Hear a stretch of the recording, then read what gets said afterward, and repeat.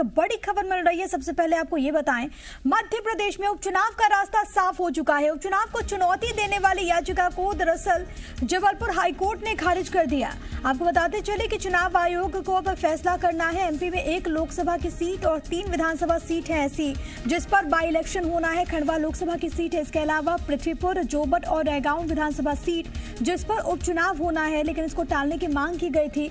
लेकिन अब हाईकोर्ट की ओर से इसे याचिका को टाल दिया गया, खारिज कर दिया गया। मध्य प्रदेश में उपचुनाव का रास्ता साफ हो चुका है। उपचुनाव को चुनौती देने वाली याचिका को कोर्ट ने खारिज कर दिया।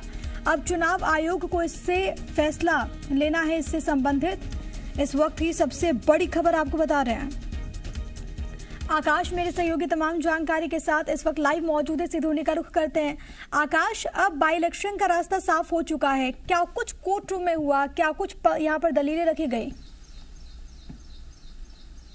देखिए, एक मंच द्वारा ये याचिका लगाई गई थी कि कोरोना की तीसरी लहर की आशंका के चलते चुनाव को टाला जाए, लेकिन कोर्ट ने साफ कर दिया है कि चुनाव आयोग की ये जिम्मेदारी है कि वो चुनाव कराए और संविधान में ये अधिकार चुनाव आयोग को दिए गए हैं कि वो किसी भी समय और कभी भी अपने चुनाव अपने अनुसार करा सकता है। तो बीते दिन चुनाव आयोग ने भी ये स्पष्ट कर दिया था कि चुनाव तीसरी लहर की आशंका खत्म होने के बाद ही कराया जाएगा और सरकार की ओर से जो जानकारी दी गई थी चुनाव आयोग को, उसमें भी इस बात का जिक्र किया गया था कि अभी तीसरी लहर की आशंका है और त्योहारी सीजन इसके बाद ही चुनाव कराए जाए। चूंकि बीते दिन पश्चिम बंगाल समेत अन्य राज्यों में जो उपचुनाव की तारीखों का ऐलान हुआ था, इसके बाद भी प्रदेश में सियासी घमासान देखने को मिला था। तो एक याचिका हाईकोर्ट में लगाई गई थी और इसमें कहा गया था कि अभी फिलहाल चुनाव नहीं कराया जाए, तीसरी लहर की आशंका है। तो हाईकोर्ट ने सख्त टिप्पणी की है कि चुनाव आयोग स्वतंत्र संस्था है और संविधान के तहत उसे चुनाव कराने के अधिकार प्राप्त हैं। तो लंबे समय से चुनाव को लेकर सियासत चली आ रही थी और जो ये रोक लगाने की याचिका लगाई गई थी, इसको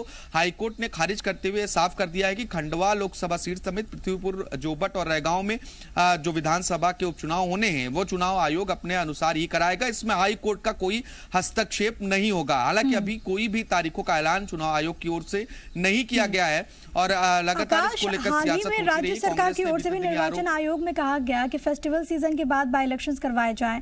ऐसे में क्या ये उम्मीद की जाए कि फेस्टिवल सीजन के बाद तारीख जल्द सामने आ सकते हैं या फिर उसको लेकर कुछ सुगबुगाहट? बिल्कुल, देखिए, चूंकि 6 महीने के अंदर चुनाव होना चाहिए जो सीट खाली हुई है, लेकिन उससे ज्यादा वक्त का समय खंडवा लोकसभा सीट को खाली हुए बीतता जा रहा है। ऐसे में उम्मीद यही है कि जैसे जैसे कोरोना के केसेस कम हो रहे हैं और विशेषज्ञ आशंका जो जता रहे थे कि तीसरी लहर आएगी, उसमें भी अब कमी देखने को मिल रही है। तो ये उम्मीद की जाए कि जैसे ही फेस्टिव सीजन खत्म होंगे प्रदेश में और तीसरी लहर की आशंका कम होगी तो चुनाव निश्चित तौर पर होंगे और ये बात चुनाव आयोग को तय करना है। ऐसे में जो पहले आरोप भी लगाए गए थे, क्योंकि सरकार ने जो डेटा पेश किया था चुनाव आयोग के पास, तो उसमें कहा गया था कि अभी फेस्टिव सीजन है और पिछली बार फेस्टिव सीजन के चलते ही कोरोना की दूसरी लहर में बढ़ोतरी देखी गई। तो ऐसे में कोई भी रिस्क ना तो सरकार लेना चाहती है और ना ही आयोग। तो यही माना जा रहा है कि जैसे ही कोरोना के केसेस कम होंगे और भीड़ कम होगी तो चुनाव होने की संभावना है। बिल्कुल, तो जैसे ही अब भीड़ कम होगी और फेस्टिव सीजन खत्म होगा उसके बाद चुनाव होने की संभावना है। आकाश